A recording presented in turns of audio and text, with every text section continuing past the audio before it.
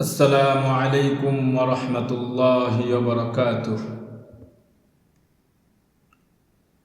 الحمد لله نحمده ونستعينه ونستغفره ونؤمن به ونتوكل عليه ونعوذ بالله من شرور أنفسنا ومن سيئات أعمالنا. من يهده الله فلا مضل له ومن يضلله فلا هادي له. ونشهد أن لا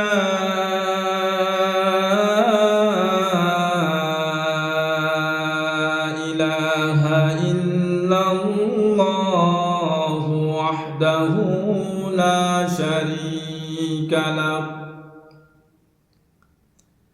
ونشهد أن سيدنا وحبيبنا ومولانا محمدا عبده ورسوله الذي أرسل إلى الناس كافة بشيرا ونذيرا وداعيا إلى الله بإذنه وسراجا منيرا.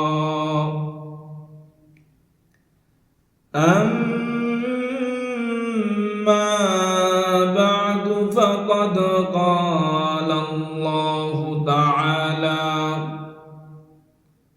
في كلامه المجيد وفرقانه الحميد.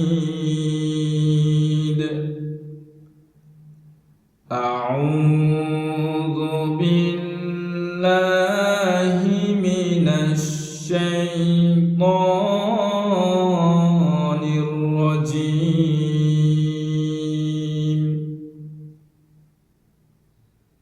بسم الله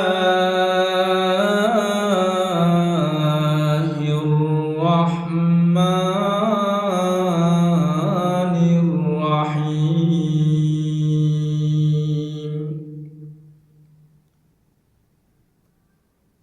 لقد كان لكم في رسول الله أسوة حسنة. صدق الله المولانا العظيم.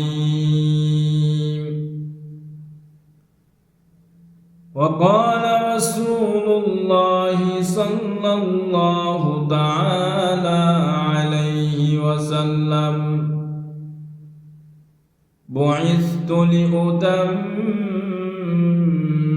مكارم الأخلاق، أو كما قال عليه الصلاة والسلام.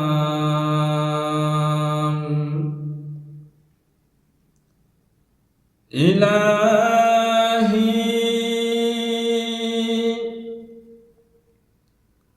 दिखा दे हमें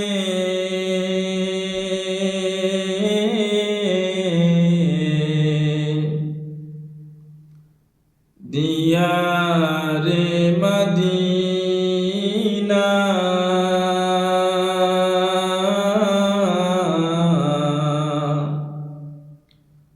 इलाही बना दे हमें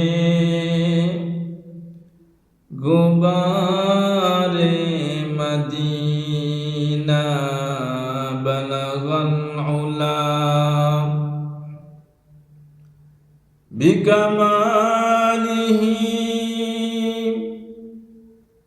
كشف الدجى بجماله حسنت جميع خصاله صلوا عليه وآله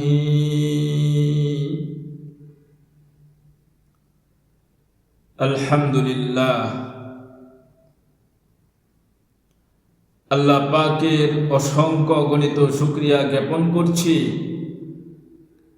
যে মহান আল্লাহ রাব্বুল আলামিন তার অসংখ্য বান্দাদের মধ্য থেকে কতক বান্দাদেরকে আজকের এই জুমার দিনে মসজিদে আগেভাগে হাজির হওয়ার মতো সৌভাগ্য দান করেছেন। এই জন্য বলি আলহামদুলিল্লাহ।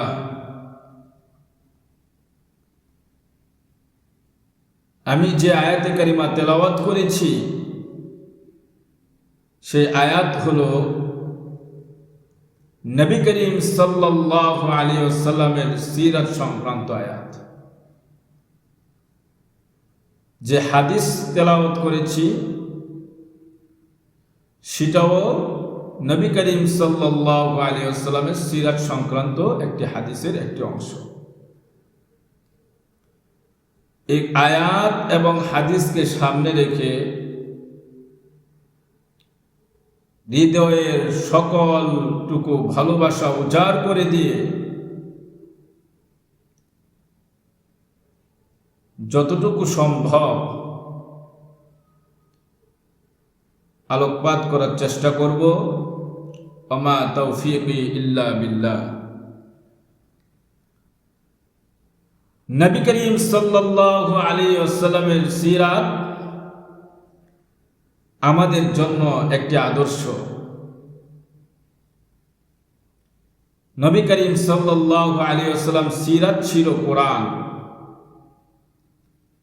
অর্থাৎ কোরআনে কারিমে যেমন মানব জীবনের সব কিছুর আদর্শ বর্ণনা করা হয়েছে, বয়ান করা হয়েছে, নবী করিম সাল্লাল্লাহু আলাইহি ওয়াসাল্লামের জীবনেও সব কিছুর আদর্শ পাওয়া যায়।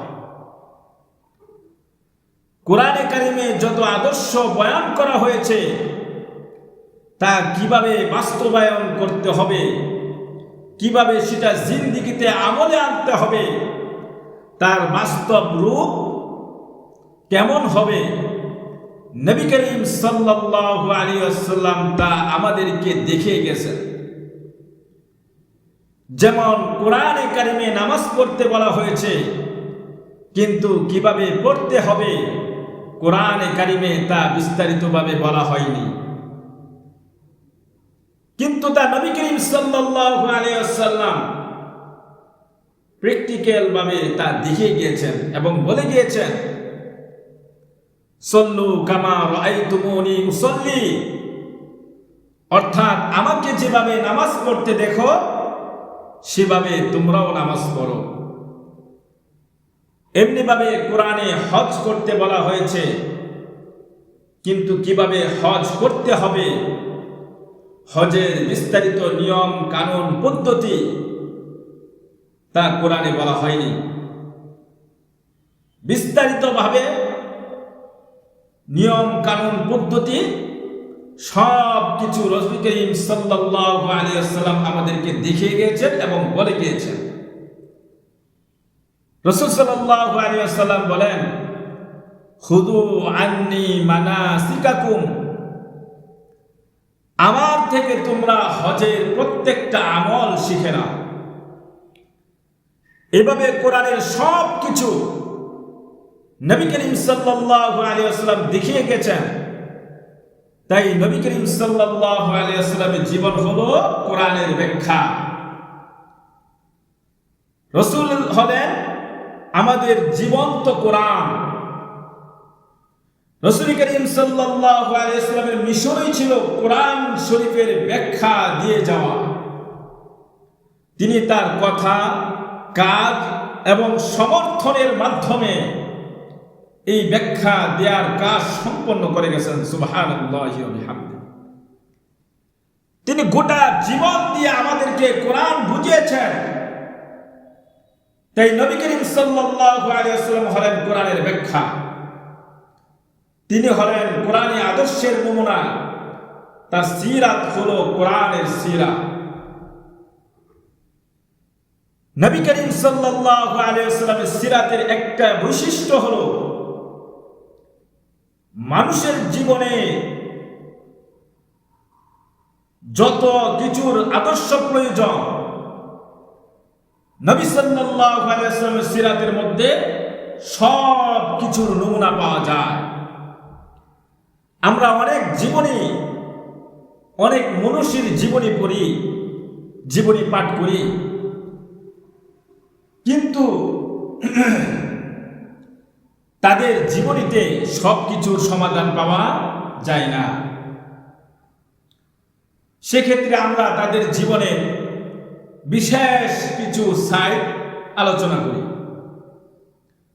তা হলো সমাজের জন্য তিনি কি করেছেন, রাষ্ট্রের জন্য তিনি কি করেছেন, এরকম মোটা মোটা কিছু বিষয়ের আলোচনায় আমরা সীমাবদ্ধ। অর্থাৎ তাদের মধ্যে বিশেষ বিশেষ কিছু আদর্শ ছাড়া সব কিছুর সমাধান খুঁজে পাওয়া যায় না। কিন্তু জীবনের সব ক্ষেত্রে, সর্বক্ষেত্রে একমাত্র নবী করিম সাল্লাল্লাহু আলাইহি ওয়াসাল্লামের জীবনীতে সকল ক্ষেত্রের আদর্শ পাওয়া যায়।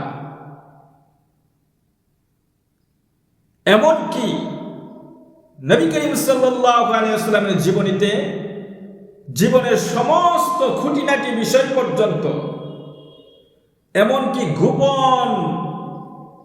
গোপনীয় যে বিষয়গুলো আছে সেই বিষয়গুলোর আদর্শ পর্যন্ত নবী করিম সাল্লাল্লাহু আলাইহি ওয়াসাল্লামের জীবনীতে পাওয়া যায়।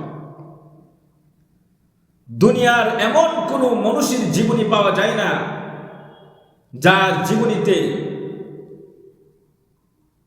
ব্যক্তি জীবন থেকে শুরু করে পারিবারিক, সামাজিক, রাষ্ট্রীয় বিষয় সহ সব ক্ষেত্রে সবকিছু সমাধান পাওয়া যায়, এমন কোনো মানুষ আর পাওয়া যায় না। ব্যক্তি কেমন ছিলেন, তার পরিবারের সাথে কেমন কাটাতো, তার গোপন বিষয় অধ্যায় কেমন ছিল, এই বিষয়গুলো মানুষের সামনে প্রকাশ করা হয় না, গোপন রাখা হয়, কারণ তার অনেক দোষ বেরিয়ে চলে আসবে।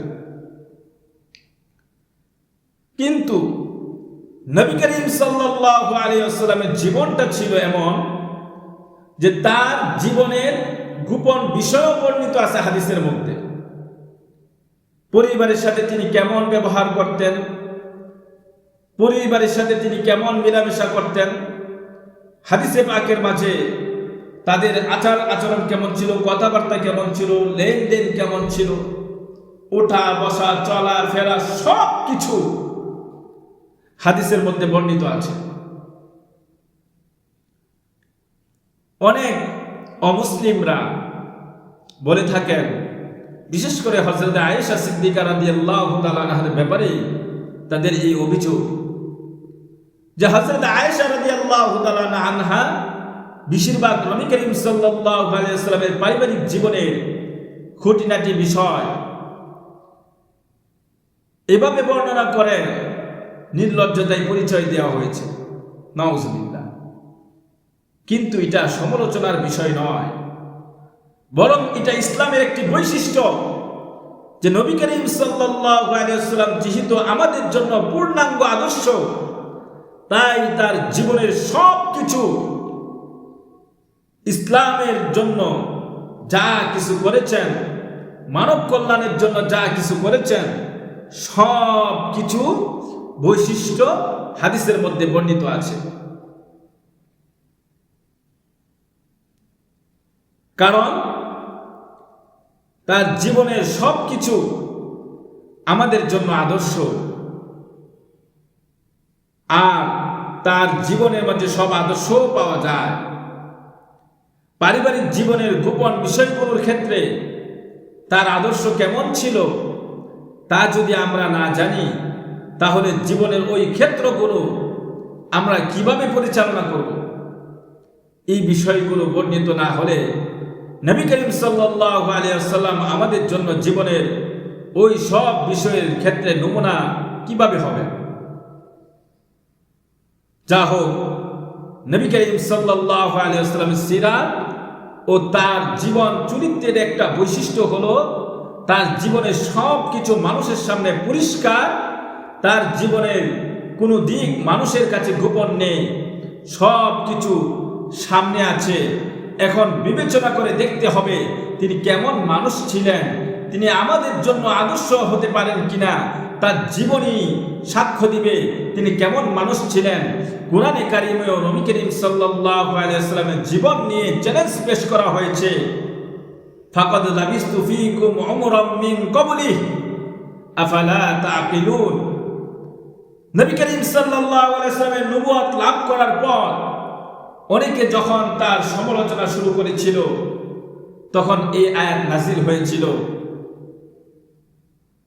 হে নবী, আপনি বলে দেন যে নবী হওয়ার আগ পর্যন্ত আমার দীর্ঘ জীবন তোমাদের ভিতরে অতিবাহিত হয়েছে, আমার জীবনের সব কিছু তোমাদের সামনে আছে, তবুও কি বুঝো না যে আমি একজন আদর্শ মানুষ কিনা?